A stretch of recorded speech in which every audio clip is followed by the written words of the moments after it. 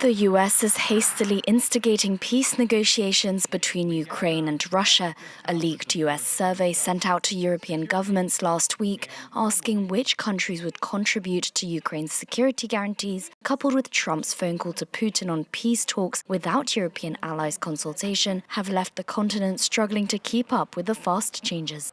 The diplomatic démarche sent to European officials consisted of questions on whether countries would deploy troops to Ukraine as part of a peace settlement and how many, what US support requirements they needed to provide security guarantees, and what actions they'd be prepared to take if Russia attacked their peace forces, such as additional or reinforcement of sanctions.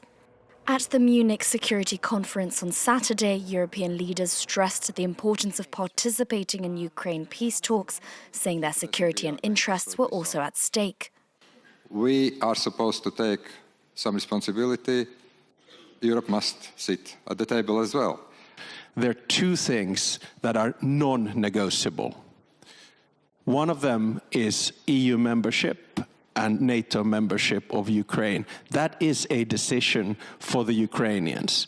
The EU process is ongoing. Ukraine will become European, not Russian. The other thing that we should not discuss is what we're discussing here today, is new European security arrangements.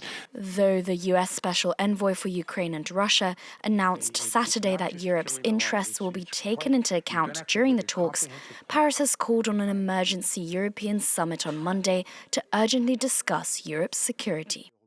Those discussions did not come up as a response to a certain declaration, because as I said last Wednesday, Europeans were gathered to talk about several different topics anyway. It's a work meeting. But let's not dramatize these meetings, as they are very frequent. The extraordinary summit will host participants like Germany, Italy, Britain, Poland, and Denmark. Trump's officials are heading to Saudi Arabia in the coming week, where they will kickstart peace negotiations with Russia without the presence of EU representatives nor a Ukrainian delegation. President Zelensky confirmed that Kiev had not been invited to Saudi Arabia and stated that a peace agreement would not be accepted without Ukraine's participation.